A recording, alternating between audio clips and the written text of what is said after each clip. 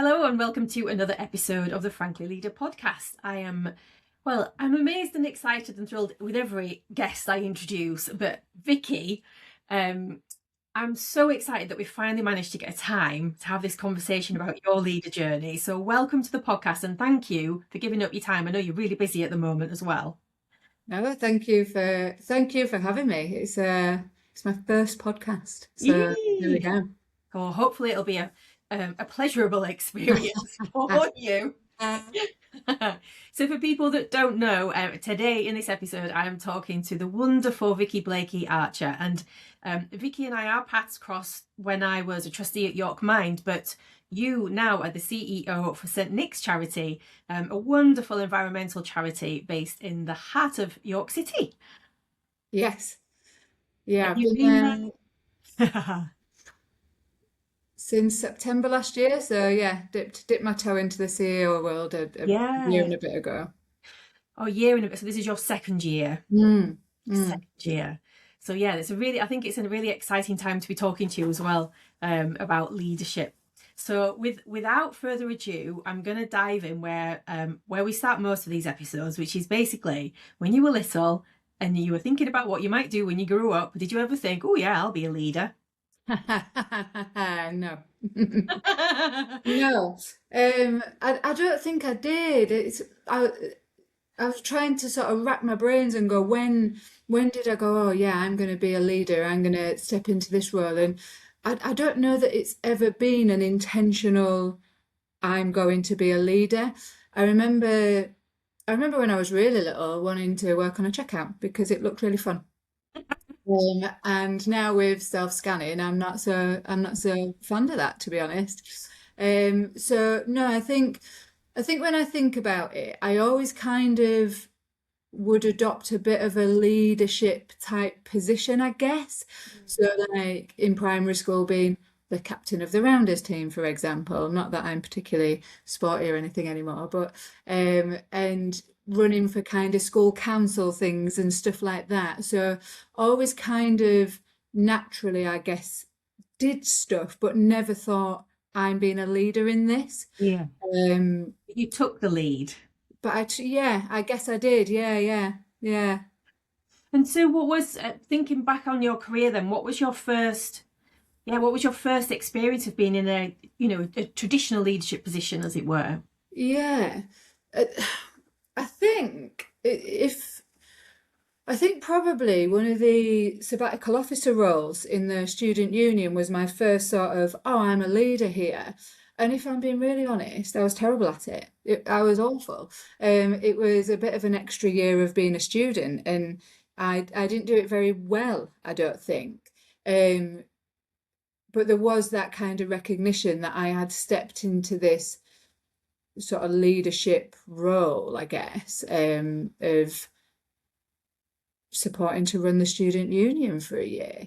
And it was great. And I think there it more dipped my toe into the voluntary sector rather than recognising that it was the leadership that I was learning from it. But that's probably the first sort of proper, I guess. Yeah. And what was it that you were doing that you've interested that you've kind of defined yourself as not very good at it? What did you think you were doing that meant you were not very good at it? I just don't think I was all in. I don't think I was fully in at it.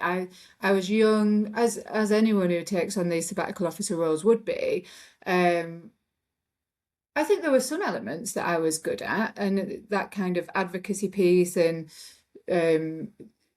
but I think I was probably easily influenced, inexperienced, and yeah, I just wasn't all in. I wasn't locked into it. Yeah, I think it's always interesting to look at like the flip side of things. I think that's a really interesting perspective on what makes a good leader, like that, and that quality of you've got to be all in, haven't you? Like it's really hard to do a leadership role if you're not all into being a leader. Yeah. And tell us like what happened then in your career then. So where did you kind of have your first employed leadership position, and what was that like for you? Yeah, okay. So I think from the sabbatical officer role, like I said, it sort of really opened me up to that voluntary sector. So I've always kind of thought about kind of that social justice, what do I want to be? Do I want to be a social worker? Do I want to, I mean, I did a drama degree and wanted to be a teacher for a while. And so it was always very kind of people-y and social justice focused. So stepped into the voluntary sector and really it was at York Mind that I'd worked there for a while, did the sort of developed the young people's offer there, and kind of naturally progressed. So into manager, into head of, into deputy CEO. So it was that kind of natural progression route. And it was really the head of the senior leadership role that I would say that I first kind of recognized that I was being a leader, and had that wider breadth of responsibility, and I had to learn new things beyond the thing that I knew and that I was pretty good at. So that was probably my first sort of proper, I'm in employment now. I've progressed. I've worked towards this. Yeah, you make a really good point that we've not talked about on this podcast yet, which is some people refer to it as a leadership ladder. Like your first leadership role, if it's in a traditional sense, your first role is usually just managing a small team of people around you. So you go from that transition of like being one of the team to leading the team, which I think actually is one of the trickiest transitions, in it together, and then you're having to make decisions about your friends. And then there's another layer up from that, which is kind of managing a bigger team. Yeah. And if you're in an organisation big enough, it might be managing a department, and then there might be a senior level above that, like an SLT level, and then there might be a board level. And with each of those kind of transitions, there's a different set of skills to learn, isn't there, about what's required now then? Yeah, definitely. Yeah. Definitely. And that kind of, I think that was my first learning of sort of backing myself a little bit more as well. And that I think one of the biggest things that I grapple with in leadership, as I'm sure many people on this podcast will have said, is that kind of imposter syndrome a little bit of why is it me doing this, or and I think that sort of stepping into that broader, I'm stepping out of my comfort zone, and really recognizing what leadership is as well, really starting on that journey of going, what's the difference between management and leadership, and wanting to kind of be a leader rather than a manager. So yeah, that those different things that you learn at each level, and the mistakes you make at each level, and the impact of those mistakes is so different at each kind of level that you're at. Yeah, lots of learning. So much. Yeah. Lots of learning. So tell us, like, what, if anything, do you enjoy about being a leader? Are there aspects of the leadership role that you're like, oh, this is the good stuff? Yeah. It depends what day you ask me that question. No, there's loads. There's loads that I love about it. There's loads that's challenging about it. And I guess the challenging is part of what I love. It's the pressure, I'd hate to go to work and be bored. There's no point for me. It's that's I don't like the idea of going in, doing something, coming home again. It doesn't spark my, is that the saying, spark your fire? Is that right? Something like that. Light your fire. But I think I like the pressure. I like the variation of it. Every person that I work with is different. The tasks that I do are different. I like the range of people that I get to work with, from people in my team to external people to doing things like this. It's, the range of people, tasks, experiences is great. And I like the opportunity for creativity as well. I like that I get to find solutions and help other people unlock solutions, and I guess the biggest thing is when you get to see other people developing as well. I think that's mint, like just just seeing, you know, when you've supported someone to find their own solutions, to develop themselves, to, you know, and you've kind of invested in someone a little bit, and seeing that and them develop is, it's got to be the best bit of it. It's got to be. And when, you know, obviously when things go well, it's a great part of it. So there's loads that I love about it. There's absolutely loads. Yeah. And on the flip side then, I mean, you've talked about actually you quite enjoy the challenge of it. Yeah. Are there aspects of leading that you're like, oh, this is like the hard side of it? Yeah. Yeah. And I think the biggest thing on that is probably guilt, I would Mm. say. And whether this is leadership generally, whether this is being a woman in a leadership role, whether this is being a working mum, whether it's been a relatively young CEO, I'm not sure. But it's, I think the hardest bit is the guilt that you carry with it, that, or that I carry with it, that am I ever doing enough? Is that, you know, I like to think I make considered decisions and tend to back my decision making, but is that the right call? And even if it is the right call, the impact that that has on someone else, and not, you know, can I give this the time that it needs and deserves? And so probably the guilt that you carry in this role is the hardest. Yeah. It's almost a role that's impossible to complete without knowing that you make a decision that works in one space, it's not going to work in another space. 100%. And to find decisions that work for everybody and everyone's needs, Yeah. which you can sometimes, I know other people talk about that pressure, and certainly I experience this. So it ends up feeling like whatever decision you make, you're trading off one person being Yeah. okay for another person, or one part of the business versus another part of the business. Yeah, Yeah. 100%, 100%. And it's, again, I don't know how that fares, because I've worked pretty exclusively in the voluntary sector.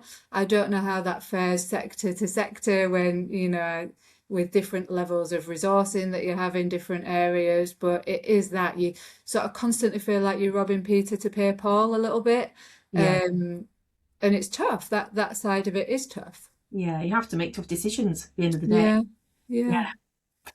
So, in your, well, I mean, this is an interesting question to ask you, given the work that you do, and maybe you could speak a bit to what St. Nick's as a charity do as well while you answer this. But so, in your current role, obviously, Frankly is all about inspiring organisations to put people and planet alongside profit. Yeah. So I'm curious, like, how many conversations in your leadership position, how many conversations are you having around climate change, and what are the hot topics at the moment? I mean, I've got a bit of a cop out here.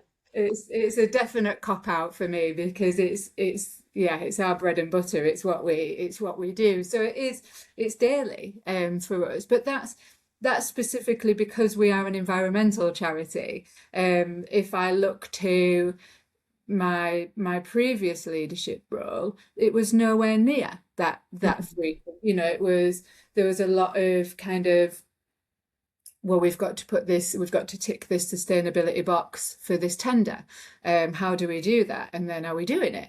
And how can we do it? We don't have time to do that because this is our focus and this is our cause. And how do I then worry about that side of it? So I've seen it kind of from both camps, I guess, of going, this is everything that we do. So we talk about it all of the time. In, are we putting our money where our mouth is? How do we inspire other people to be better from a sustainability point of view if we're not always getting it 100% right? And so there's a lot of us kind of looking internally, getting our house in order so we can support and inspire other people. So it makes up, for obvious reason, a significant proportion of the conversations that I have internally and externally at networks and at meetings, and joining things with you, Jennifer, of, you know, the various ways that our paths cross. And so, yeah, it's a huge part of what I do now.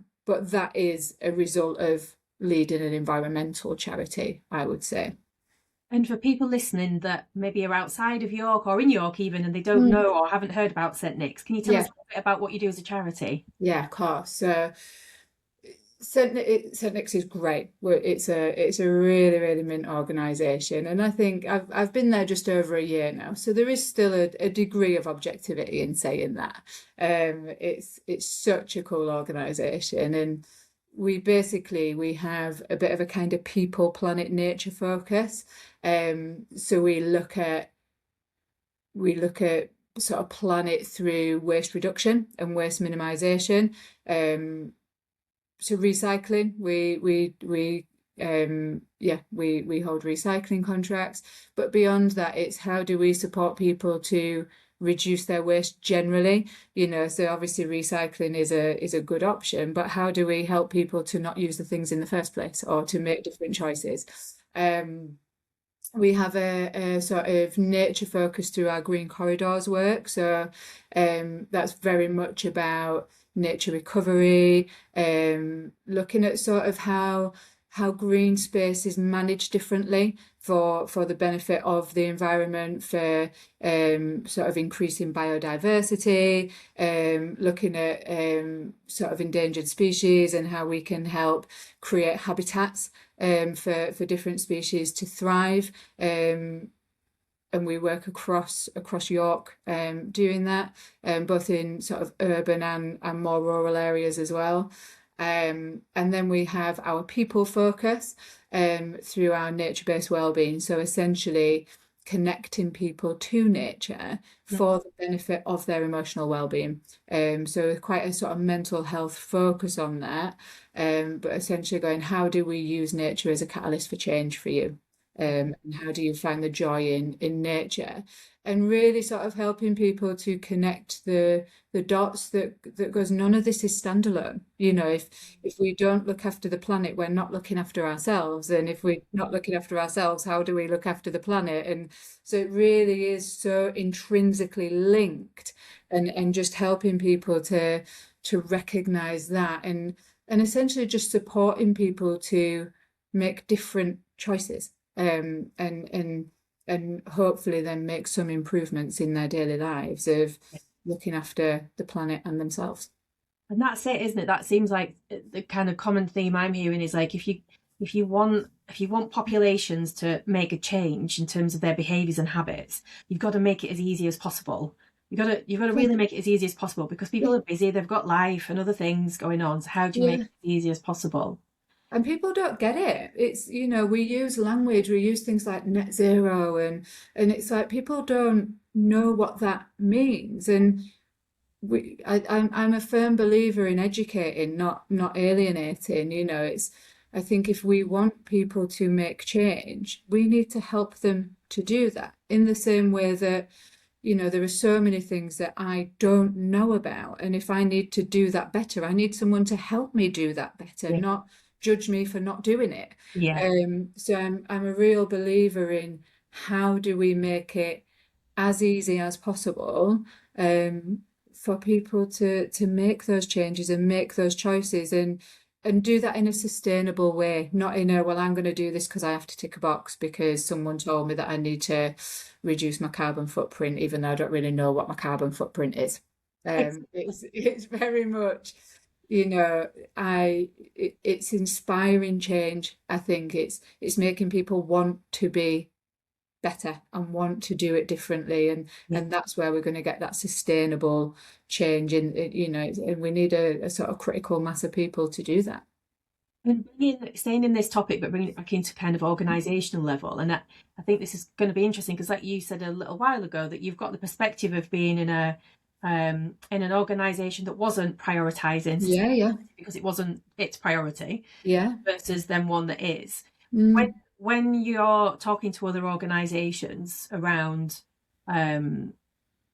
taking more action to become yeah. more sustainable, what do you think are the big barriers at the moment? What do you I, think gets in the I way? think it feels too big. I think, it feels massive, and it is massive. It should feel big because it's big. Yeah. But I think it's that classic kind of, how do we make things more manageable, and that bite-sized chunk approach to things. So I think one of the biggest barriers is people don't know how to do it. It feels massive. I don't know how to do it. I don't know what it means. And I need some help with that, but not knowing where to get the help either. So I think it just feels enormous. So I think there's something in kind of breaking that down, break down what it means. If we do this and we make this change, this is the positive impact that it has. I also think there's a bit of a kind of stigma around environmental work and things as well, and rightly or wrongly. There is a little bit of a kind of stigma around it. And then there's something in that, depending on the organisation, is, well, this is going to cost me more, so it's going to impact on my bottom line and my profits. And that's a bit of a misconception, really. It can also be the most cost-saving option to do things more environmentally soundly. If we look at waste, if you're not getting the thing in the first place, then there's a cost saving instantly, and we're not using unnecessary things that are then going to end up wherever. So I think there is that kind of misconception around, well, if I want to be better to the planet, it's just going to cost me more, and it isn't necessarily true. So I just think there's a lot of misinformation and misconception around it. But I think my opinion is that it just feels too big, and people are worried about getting it wrong. Yeah, I think that's where chunking it down, so that just to take a small chunk, just start somewhere. I love, one of my favorite things at the minute is, what's a step to better? Yeah. You don't have to take the whole thing on. I mean, it is overwhelming. I find that on a personal level as well as in a professional level. When I think about it in its entirety, I'm like, oh, Jesus Louises. Yeah. Actually, what's a step to better? So, what's one thing that we could as an organisation do, and just chunk it down and go, right, let's start there then. Yeah. You'll be doing something. And then because we're better than we were for not doing it. That's it. We need people to go from sort of here to here. If we get them to here, that's a huge distance travelled. So it is, I love that. What's a step to better? What's a step to better? And then thinking about this in the context of leaders and leaders navigating the future that's coming, that obviously you and I know a lot about. We're in that space, just in terms of the volatility, the uncertainty, that's going to come in the decades beyond. What do you think are the qualities and behaviours that leaders need to have up front and centre to be able to navigate that future? I think above anything else, it's agility. I think we need to be able to be agile, to move, to adapt, to collaborate, and to embrace change and different ways of doing things. Above anything else, I think it's that. Yeah, I think so too. I think that's a big one. Agility alongside resilience. I think exactly. One with you with that. Yeah.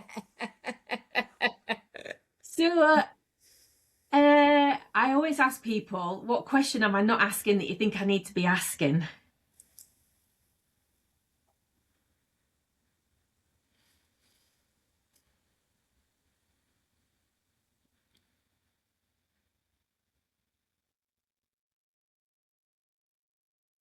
Oh, that was a big pause there, wasn't it? And I still don't know. I still don't know if I have the what are you not asking? What's the sneaky question I need to be asking leaders that come on this podcast? What would you like to know about the other leaders experiencing their leadership journey? Yeah. I guess there's something about that kind of filling your cup. Where are you getting that kind of support and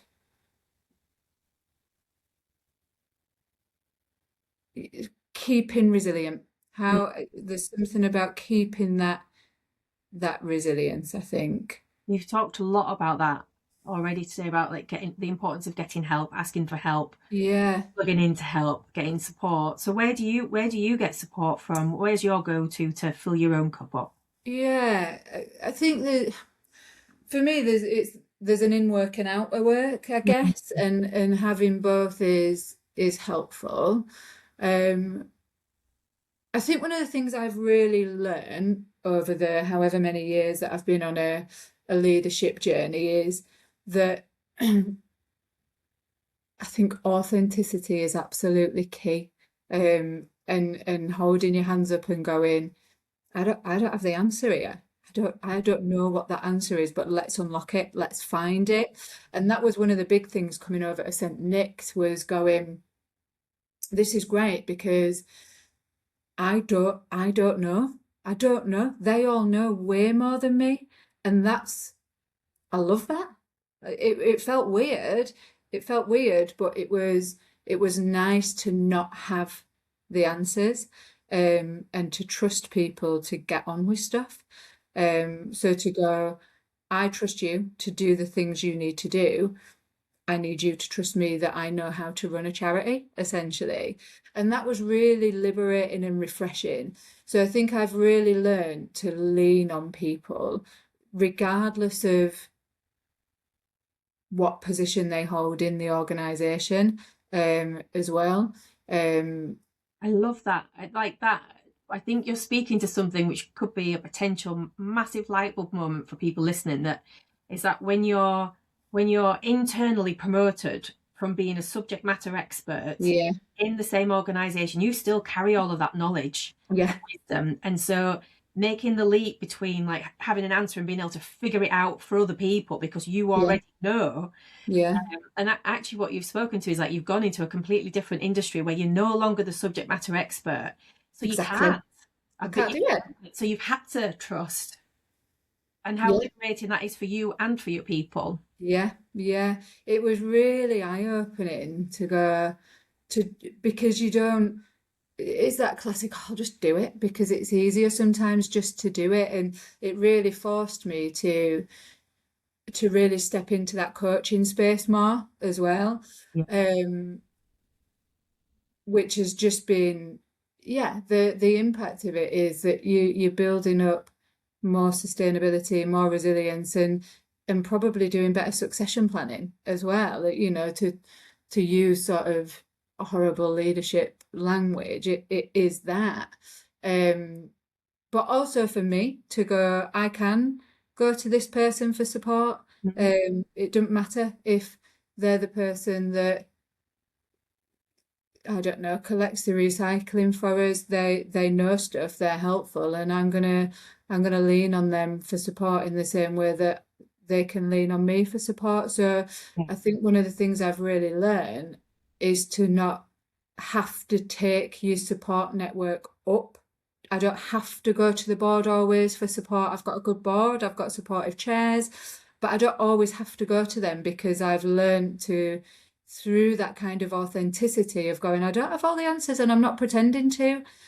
Can you help me with this a little bit? It's been really, Right. really, really helpful. And then kind of, I think the other thing is that external support. So not even sort of family and stuff, it's that um having a network of people in a similar position is also Okay. very helpful. Of people that kind of get it, they know the challenges that you're facing, and so am I allowed to plug your leadership circle on this? Absolutely.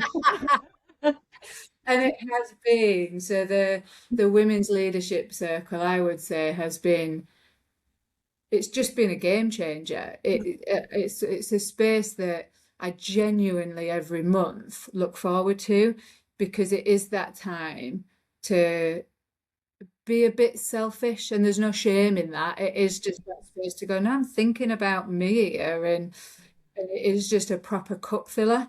Yeah. Um, so I think having something like that Yeah. um, is really, really helpful, really helpful. Having peers, people who are in it alongside, but not in it with you. Exactly. Yeah, that being able to provide that sort of objective view on stuff or ask the helpful questions, and um or just to go, oh yeah, that sounds really rubbish. I nearly swore then. I don't know if I'm allowed to swear or not. Yeah, you can on this one. A bit of sweariness.